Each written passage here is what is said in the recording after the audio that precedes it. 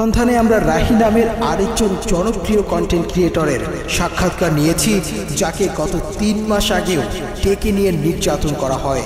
রাহিকে জুলাই আন্দোলনে হাসিনার পক্ষে কাজ করাতে 3 লাখ টাকা অফার করেছিল আফ্রিদি, কিন্তু রাহি তার কথা না শুনে ছাত্রদের পক্ষে অংশ নেয়।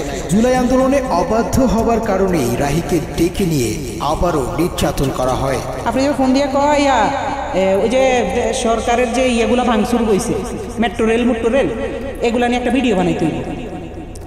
এ কথা বলে আমার বলতে যে তোলাই ভাইয়া কিছু টাকা পাঠাইতেছি, তো হেতু যেটা বলে আমরা তো ভয় পাই। আমি কিন্তু হেরে বাঘের মতো ডরে, আমি না, আমাদের টিমের সবাই তার বাঘের মতো ডরে। কারণ মানে সে অন্যরকম মানুষ ভাই, সে ক্যামেরার ভিতরে একরকম, কিন্তু ক্যামেরার বাইরে খুব ডেঞ্জারাস একটা লোক।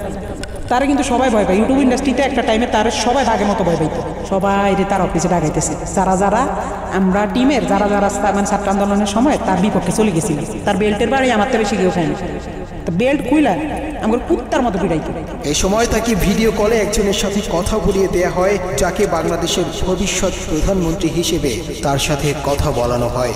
2-3 মাস পরে হয়তো বা তার মাথাটা আবার ঢুকছে যে রাই কি কারো লগে আবার কিছু কইয়া লাইনি। হ্যাঁ, রাইরা আবার একটু দমক দিতে হবে। কেমনি বড় একটা নেতার সামনে হয়তো ফোন দিলে আমি একটু ডরাই যাই। আমি তো ডরাই যাই আসলে, আমি কিন্তু ভয় পাই।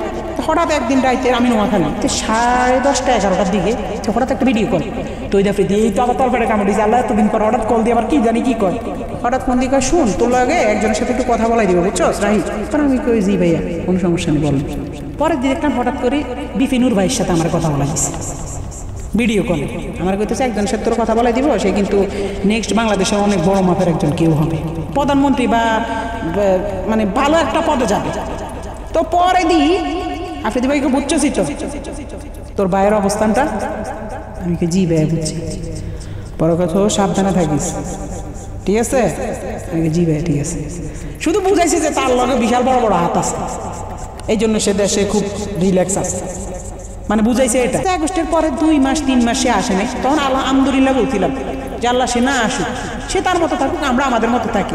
আমরাও তার কাছে যাইতাম চাই না, সেও আমার কাছে না আসুক। যে মানুষ 5 আগস্টের পরে আইসা দেশে স্টে করছে, সুন্দরভাবে থাকছে, আল্লাহ তো আপনার সুযোগ দিয়েছে, কিন্তু না আপনার ভিতরে তো ওই মনুষ্যত্ব না। আপনি শুধু রিভেঞ্জ, কারে কারে ধরবেন, কারে কারে মারবেন, কারে কারে কি করবেন, আপনার মনের মধ্যে শুধু এইসব হারাম।